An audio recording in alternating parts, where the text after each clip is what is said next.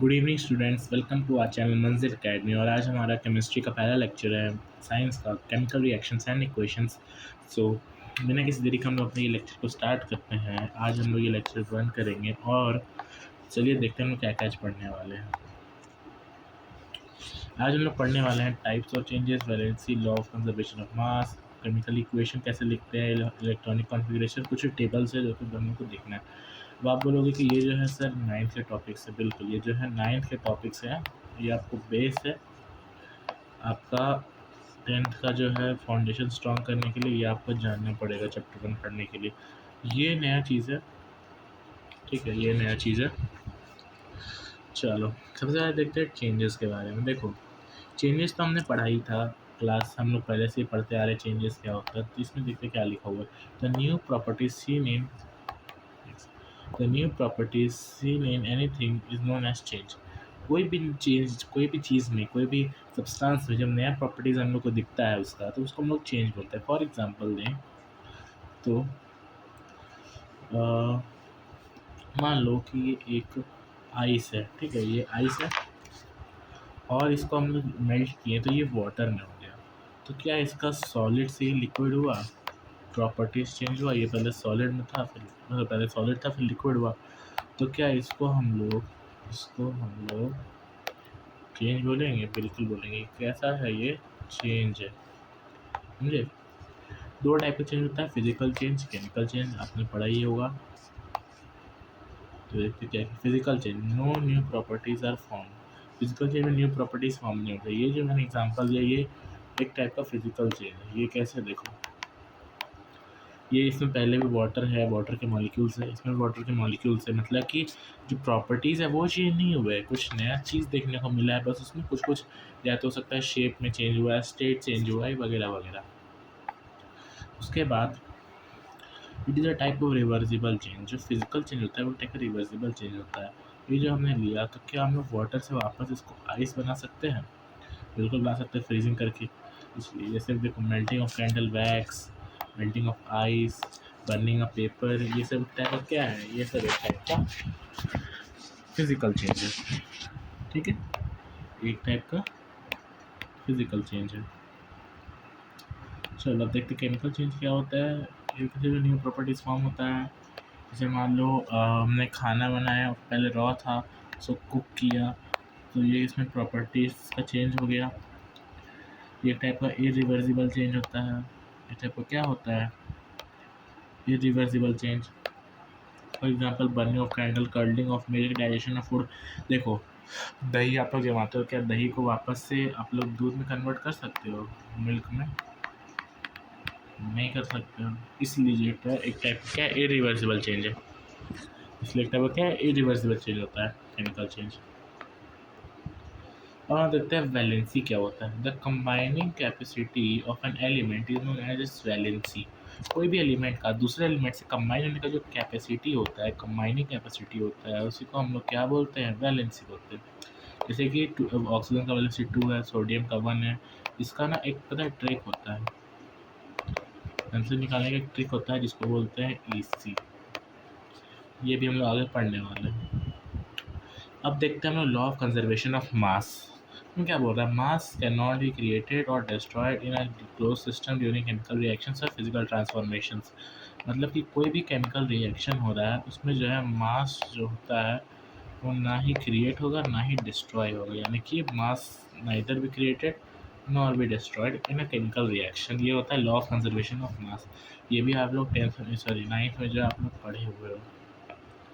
फिर देखते हैं हम लोग एक क्वेश्चन जो इससे पहले देखा। ये देखो, इलेक्ट्रॉनिक कॉन्फ़िगरेशन क्या होता है। यही जो है ना, यही एक टाइप का क्या है? इलेक्ट्रॉनिक कॉन्फ़िगरेशन ही क्या है? ट्रिक है। किसका ट्रिक है? वैलेंसी फाइंड करने का।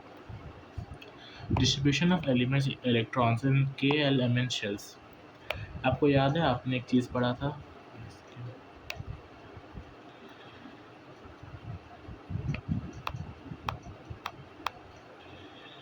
थोड़ा सा हम्म,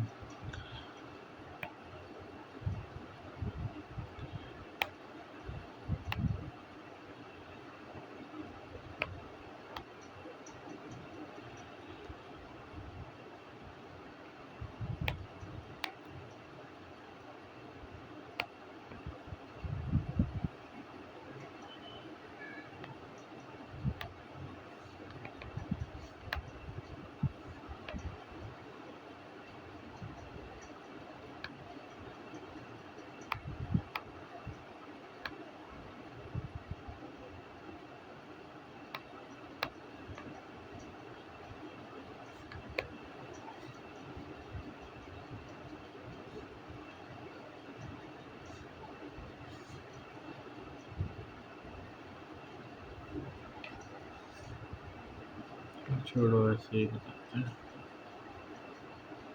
थोड़ा फिगर सही नहीं बना है।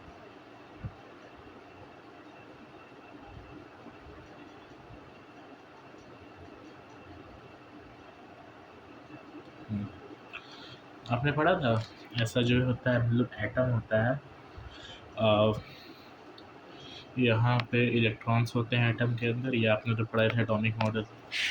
अब ये एक क्या जो इसमें हम लोग ने क्या पढ़ा था, एक स्टेट यानी एक ऑर्बिट में होते हैं, जैसे ये ऑर्बिट क्या बोलते हैं,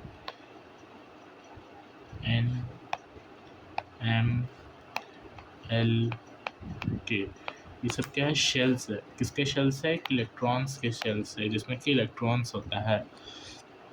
देखो, सबसे अंदर का जो लेयर होता है वो के होता है, उसके बाद एल होता है, एम होता है, एन होता है, ये हमने पढ़ा था। इसी में जब हम लोग इलेक्ट्रॉन्स का डिस्ट्रीब्यूशन करते हैं, मान लो के सेल में दो इलेक्ट्रॉन्स दिए, एल सेल में 4 इलेक्ट्रॉन्स, इस भी डिस्ट्रीब्यूशन होता है, इसी को हम इलेक्ट्रॉनिक कॉन्फ़िगरेशन बोलते हैं। ठीक है, इसी को हम लोग इलेक्ट्रॉनिक कॉन्फ़िगरेशन बोलते हैं। इसको निकालते क्या, इसका ऐसे इसको फाइंड करते, चलो एग्जाम्पल से लेते हैं। हम लोग लेते हैं सोडियम का एग्जाम्पल। सोडियम का एटॉमिक नंबर कितना होता है, 11। 4 शेल लिख दो, के एल एम एन। तो के का कैपेसिटी 2 होता है, एल का कैपेसिटी तुम्हारा 8 होता है, एम का 18 होता है, एन का 32 होता है। ठीक है, ये बेसिकली चीज़ें याद रखना है। देखो सोडियम है तो 11 में से क्या हम लोग 2 ले सकते हैं, बिल्कुल ले सकते हैं। 2 इसको दे दिए, 2 इसको दे दिए तो हम लोग के पास अच्छा 9 हो गया। और क्या हम लोग इसको, इसमें 8 का लिमिट है, क्या हम लोग इससे 8 निकाल सकते हैं? 8 इससे ले लेते हैं, किसके पास 9 है, 8 ले लिए, बचा क्या हमारे पास, 1 बचा। अब इसके पास 18 है कैपेसिटी, तो यहाँ क्या 1 डाल सकते हैं, 1 डाल दिए, बचा 0, यानी कि ये हो गया हम लोग का पूरा क्या, ये हो गया, ये हो गया हम लोग का डिस्ट्रीब्यूशन, ये हो गया हम लोग का डिस्ट्रीब्यूशन। इसी को हम लोग बोलते हैं इलेक्ट्रॉनिक कॉन्फ़िगरेशन। अब देखो, ये 2 8 1 को प्लस करेंगे तो कितना होता है, 11, यानी कि ये हम लोग का करेक्ट है। अब देखो वैलेंसी क्या होता है ना, आउटर मोस्ट शेल में, आउटर मोस्ट लेयर में जितना भी नंबर ऑफ इलेक्ट्रॉन्स होता है उसी को हम लोग वैलेंसी बोलते हैं। तो इसमें अगर n तक जाता तो इसका आउटर मोस्ट शेल ये होता है, m तक जा रहा है m होगा, इसमें k l तक जाता है बस तो l होता है, k में ही रह जाता तो k होता। सबका एग्जांपल हम लोग लेंगे, यानी कि सोडियम का वैलेंसी कितना हो गया, आउटर मोस्ट सेल में कितना है, यानी आउटर मोस्ट सेल इसका क्या है, m है, क्योंकि n में तो गया ही नहीं, n तो खाली है, तो m है, m में कितना है, 1 है, 1 है, यानी कि क्या हो जाएगा वैलेंसी। बस एक एग्जांपल लेते हैं थोड़ा कम, मान लो हाइड्रोजन का लेते हैं। हाइड्रोजन का एटॉमिक नंबर 1 होता है, लिख दो के एल एम एन। इसमें क्या 1 ले सकते हैं सर, बिल्कुल ले सकते हैं। चलो एक में ही ख़त्म हो गया। आउटर मोस्ट शेल इसका क्या है, के है, और के में कितना हम लोग दिए हैं, 1 दिए, यानी कि सर क्या हो जाएगा, वैलेंसी। सिंपल। तो यही होता है हम लोग का इलेक्ट्रॉनिक कॉन्फ़िगरेशन, इसी से हम लोग जाते हैं वैलेंसी निकालते हैं। चलो अब इसके हेल्प से इसका आंसर दो, इसके हेल्प से ये क्वेश्चन का आंसर दो। What is the valency of nitrogen? जल्दी दो, इसका टाइमर लगा देता हूँ।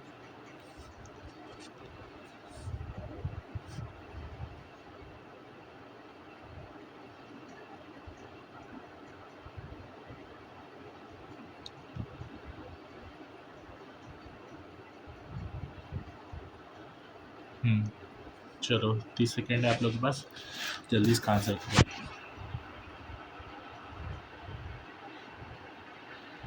हाँ, ज़्यादा कुछ बचा नहीं है। हम्म,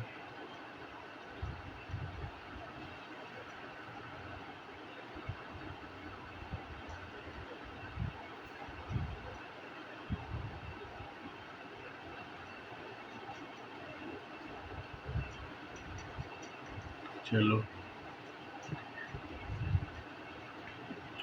नाइट्रोजन, नाइट्रोजन का एटॉमिक नंबर कितना होता है, 7 होता है। तो ये के एल एम एन, क्या हम लोग के का कैपेसिटी 2 है, तो क्या हम लोग 7 से 2 ले सकते हैं, 7 से 2 ले सकते हैं, बिल्कुल ले सकते हैं। तो यहाँ बच गया 5, इसमें 2 डाल दो, अब इसका कैपेसिटी होता है 8, तो यानी कि यहाँ पे 5 है, तो क्या हम लोग इससे 5 ले सकते हैं? बिल्कुल ले सकते हैं। ये डाल दो 5। अब देखो एक ना चीज़ होता है, इसका वैलेंसी जो होगा, इसका आंसर होगा तुम्हारा ये 3 होगा, ठीक है। 4 नंबर जो है ऑप्शन है वो होगा। देखो एक चीज़ होता है, आउटर मोस्ट सेल में नंबर ऑफ इलेक्ट्रॉन्स अगर 4 से ज़्यादा होगा, मान लो n लेते हैं, 4 से ज़्यादा होगा, तो इस कंडीशन में 8 माइनस n हो जाएगा, ये याद रखना। और अगर आउटर मोस्ट सेल में 4 से छोटा होगा तो वही हो जाएगा उसका क्या, वैलेंसी। इसमें जो है 4 से हम लोग क्या बड़ा आ रहा है, 4 से बड़ा आ रहा है, 4 से बड़ा है, यानी कि 8 माइनस n करें, यानी कि 8 माइनस 5 करेंगे, हो गया 3, यानी कि हम लोग को राइट आंसर हो गया 4 नंबर 3, ठीक है। और बस इतना ही है। एक और टॉपिक है केमिकल इक्वेशन। तो केमिकल इक्वेशन होता है कोई भी कंपाउंड को रिप्रेजेंट करने का, एलिमेंट को प्रेजेंट करने का जो वे होता है, उसी को हम लोग केमिकल इक्वेशन बोलते हैं। ये हम लोग आगे चैप्टर में पढ़ेंगे। तो देखो केमिकल इक्वेशन मान लो कि बोल रहा है सोडियम क्लोराइड का लिखो, सोडियम क्लोराइड। वैसे डायरेक्टली क्वेश्चन नहीं पूछता है कि इसका केमिकल इक्वेशन लिखो, बट आपको केमिकल रिएक्शन लिखना है तो इसमें काम ज़रूर आएगा। सोडियम क्लोराइड, सोडियम का क्या होता है, एट सिंबल Na होता है। क्लोराइड, क्लोराइड क्या होता है, क्लोरीन का ही एक मॉलिक्यूल होता है, तो यानी Cl। अब देखो दोनों का वैलेंसी लिखो, सोडियम का 1 होता है, क्लोरीन का वैलेंसी होता है 1। क्रॉस मल्टीप्लाई कर दो, क्रॉस मल्टीप्लाई करोगे तो ये आ जाएगा ना NaCl। देखो सेम होगा तो इसको तुम लोग काट भी सकते हो, सिंप्लीफाई कर सकते हो, सेम है तो काट गया, यानी कि इसका जो हो गया ये हो गया इक्वेशन। अब दूसरा लेते हैं, मान लो कि लेते हैं क्या ले सकते हैं, मैग्नीशियम ऑक्साइड, ठीक है, मैग्नीशियम ऑक्साइड। मैग्नीशियम के लिए Mg लिख दो, ऑक्साइड एक ऑक्सीजन का ही होता है। मैग्नीशियम का वैलेंसी जो होता है वो होता है तुम्हारा ये, मैग्नीशियम का वैलेंसी होता है 2 और इसका होता है हमारा 2 ऑक्सीजन का। इससे क्रॉस मल्टीप्लाई करोगे तो इसका क्या आंसर होगा, यही होगा ना Mg2 O2। नहीं, इसका आंसर ये नहीं होगा, बल्कि इसका आंसर क्या होगा MgO। मैंने अभी क्या बताया, अगर सेम है तो काट सकते हो, तो इसमें क्या सेम है तो काट दो, यानी कि क्या हो गया MgO। ये हो गया सब केमिकल इक्वेशन मैग्नीशियम ऑक्साइड का। इसका हो गया, ये हो गया केमिकल इक्वेशन मैग्नीशियम ऑक्साइड का। बस सेम होगा तो सिंप्लीफाई करना होगा, अगर सेम होगा तो ये, अगर एक जगह मान लो 1 रहेगा, एक जगह 2 रहेगा, तो क्रॉस मल्टीप्लाई करोगे तो इसके पास 1 आ जाएगा, इसके पास 2 आ जाएगा। इसका एग्जांपल लेने के लिए हम लोग कोई ऐसा एलिमेंट सोचना होगा, एक होता है अमोनिया, ठीक है, अमोनिया। अमोनिया क्या होता है ना, एक नाइट्रोजन और हाइड्रोजन का एक कंपाउंड होता है। तो अमोनिया के लिए नाइट्रोजन लेना है और हाइड्रोजन, हाइड्रोजन का वैलेंसी 1 होता है, नाइट्रोजन का वैलेंसी 3 होता है, ठीक है, 3 होता है। अब इसका क्रॉस मल्टीप्लाई कर दो तो क्या, नाइट्रोजन के पास 1 आ जाएगा, है ना, नाइट्रोजन के पास 1 आ जाएगा, हाइड्रोजन के पास 3 चल जाएगा, NH3। हमेशा जो होता है वैलेंसी या फिर इलेक्ट्रॉन जो होता है वो हम लोग को सब में लिखना होता है, ठीक है, सबस्क्रिप्ट जानते हो ना, सब उसमें लिखना होता है, ऐसे पावर में नहीं है कि ऐसे नहीं होगा NH पावर 3 नहीं, NH नीचे बेस में लिखा जाता है 3, ठीक है। अब देखो कुछ ना इंपॉर्टेंट टेबल, 2 टेबल से ही आप लोग को याद रखना है। इसमें देखो सब याद नहीं रखना है ये टेबल में, इसमें खाली ये टेबल जो है आपका 9th में था, ये इसको ये याद नहीं रखना है। ये वैलेंसी का टेबल है, ये सिंबल है, एटॉमिक नंबर है, ये इसका इलेक्ट्रॉनिक कॉन्फ़िगरेशन है, ठीक है, ये आप लोग को याद रखना है। उसके बाद एक और टेबल है, देखो आप लोग बोलोगे कि यहाँ पे अमोनियम दिया हुआ है NH4। अमोनियम अमोनिया जो होता है वो डिफरेंट मॉलिक्यूल्स का कंपाउंड होता है, इसलिए ये डिफरेंट है किससे, अमोनिया से डिफरेंट है। ये देखो कुछ ना सिंपल कॉमन और पॉली एटॉमिक आयंस जो होते हैं उनका वैलेंसीज है, आपको याद रखना है। ये सब तो आप लोग याद ही रहेगा आप लोग को। मेन आप लोग को ये सब है, क्लोराइड, ब्रोमाइड, ऑक्साइड, ये सब अमोनियम हाइड्रोक्साइड, नाइट्रेट, कार्बोनेट, ये आप लोग को याद रखना है। बस आज इतना ही है, ये टेबल्स याद कर लेना। Thank you. होमवर्क का आपका आज कुछ नहीं है, ठीक है, आज कुछ होमवर्क नहीं है।